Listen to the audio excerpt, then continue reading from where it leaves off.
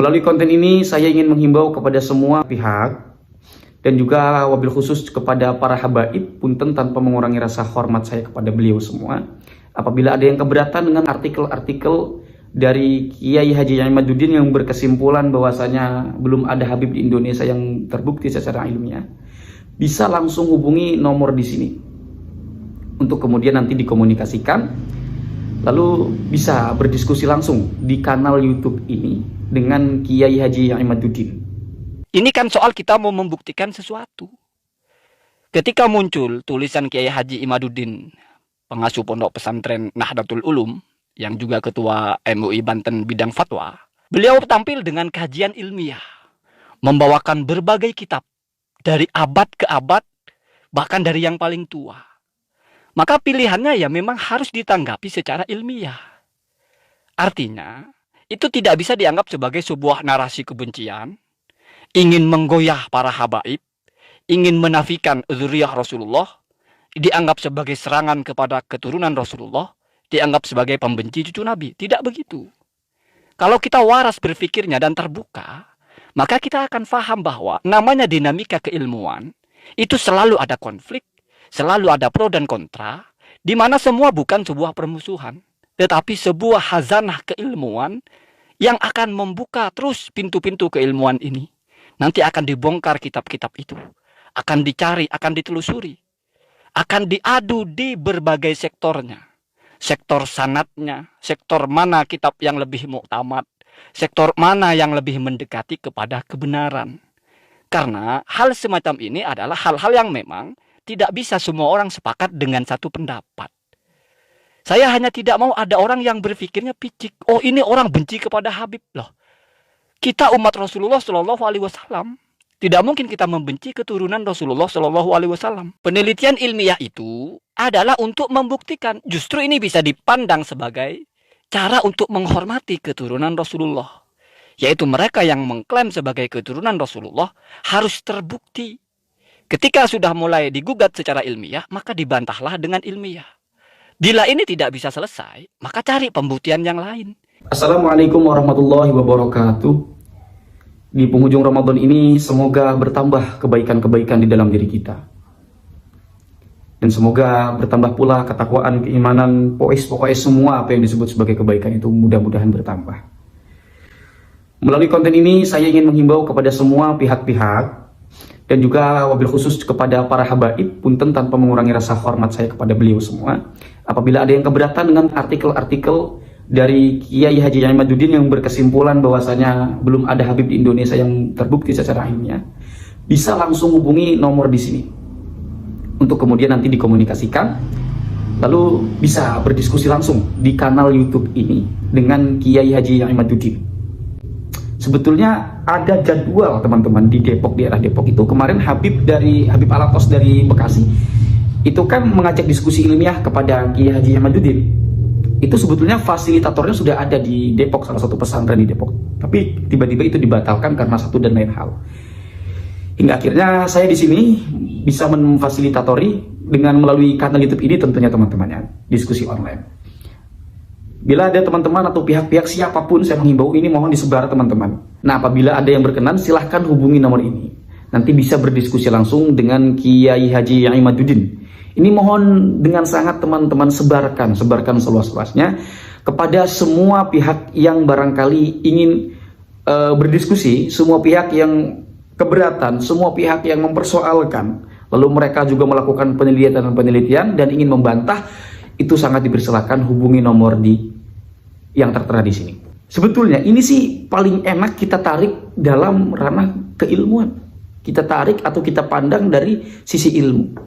Kalau sudah berbicara ilmu, itu ya bicara pikiran. Kalau bicara pikiran, lepaskan dululah apa yang disebut sebagai perasaan, apa yang disebut sebagai prasangka, yang pada akhirnya hanya mendorong kita kepada ujaran-ujaran kebencian atau sikap membenci atau menggunjing.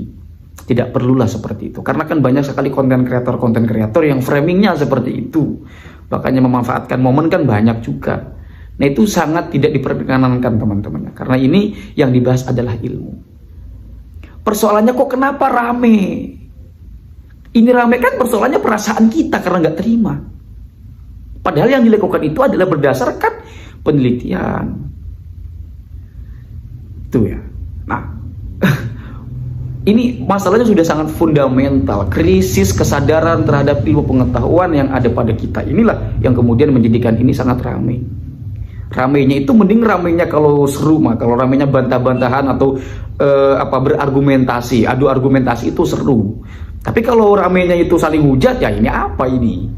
Dan ingat juga jangan sampai kita memandang bahwasanya kalau seandainya Bani Alwi itu tidak terbukti jalurnya sampai ke Rasulullah, kita jangan sampai berpandangan oh berarti yang menulis kitab itu palsu, yang menulis kitab itu enggak seperti itu juga teman-teman ya.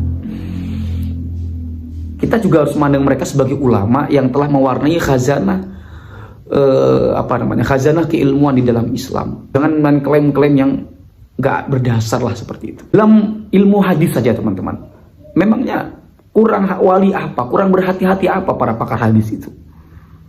Tapi yang salah banyak. Ya, yang salah banyak. Ya Musnad Imam Ahmad itu setelah diteliti kan banyak juga hadisnya yang dhaif, yang maudhu ada. Ya. Lantas apa kita persoalkan Imam Ahmad ini kok wali tapi kok salah? Wali juga manusia Pak ya. Dan setiap manusia itu berpotensi salah. Natijahnya wali pun berpotensi salah. Seperti itu. Wali itu ingat dalam memaknai satu hal itu banyak juga yang berbeda. Ya, kalau wali benar satu, harus satu wali yang benar itu lantas siapa yang harus diikuti? Misalnya Imam Ghazali ini salah satu tokoh populer yang masyhur dengan kewaliannya juga dengan kefilsafatannya. Lantas apakah kita mengatakan bahwasanya wali-wali yang tidak sepakat dengan Imam Ghazali itu salah? Ya goblok kalau gitu Pak ya. Jadi seperti itu. Jadi kita itu harus terbiasa dengan perbedaan. Apatah lagi ini sifatnya penelitian, hasil riset, hasil telaah, hasil kepustakaan. Boknya dihargai. Bahkan sekelas Imam Bukhari pun itu merilis hadis-hadis dhaif di dalam Adabul Mufradnya itu ada. Artinya dengan fenomena semacam ini kan kita bisa tarik. Kita pandang ini sebagaimana ketika kita memandang keilmuan dalam fan hadis. Kan bisa seperti itu. Ya kan? Yang dzannya lebih banyak itu kan dianggap dhaif.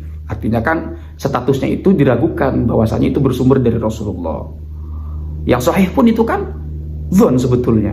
Kecuali yang mutawatir. Sama di dalam nasab pun ada secara teknisnya ada seperti itu. Ya, kan enak kalau kita mengkajinya dari sini teman-teman. Imam Syafi'i itu kurang alim apa? Kurang wali apa Imam Syafi'i itu? Itu dikritik juga oleh murid-muridnya. Banyak hal yang dikritisi dari Imam Syafi'i oleh murid-muridnya. Iya. Imam Ghazali itu banyak yang mengkritik hadis-hadis di dalam Ihya Ulumuddin. Ya. Apalagi perdebatan tentang filsafatnya dengan Ibnu Rushd. Itu kan banyak sekali kritik-kritik bermunculan di situ. Mulai dari Imam Ghazali mengkritik filsuf sebelumnya, kemudian filsuf setelahnya Ibnu Rushd. Artinya ini kalau kita pandang dalam kacamata keilmuan itu asik sekali sebetulnya. Sama seperti ketika Gus Bah mengatakan kita nggak kunut itu hebat berarti pengikut mazhab Hanafi. Yang kunut itu juga keren mazhab Imam Syafi'i. Tapi kalau kita tercerabut dari pokoknya, dari kesadaran tentang mentalitas kita terhadap keilmuan, ya kita ribut seperti ini. Ya, kalau dalam ilmu fikih kan ini, berarti ini terjadi khilaf. Ada ulama yang mengatakan Bani Alawi itu atau keturunan Alawi itu sampai ke Rasulullah. Ada juga yang tidak. Kan seperti itu ya. Ya misalnya menikah kalau mazhab Imam Syafi'i itu kalau tidak ada walinya si perempuan ini tidak sah. Kalau anjing itu yang bahkan ekstrim ini paling ekstrim ini anjingnya. Anjing itu najis, ya toh. Tapi mazhab Malik enggak, mazhab Imam Malik enggak, ya. Walaupun harus dibasuh juga pada akhirnya. Tapi kan pembasuhan itu bukan karena najisnya Pak. Jadi seperti itu. Apa lantas kita mengatakan bahwasanya setiap orang kena anjing itu harus harus dicuci karena itu najis.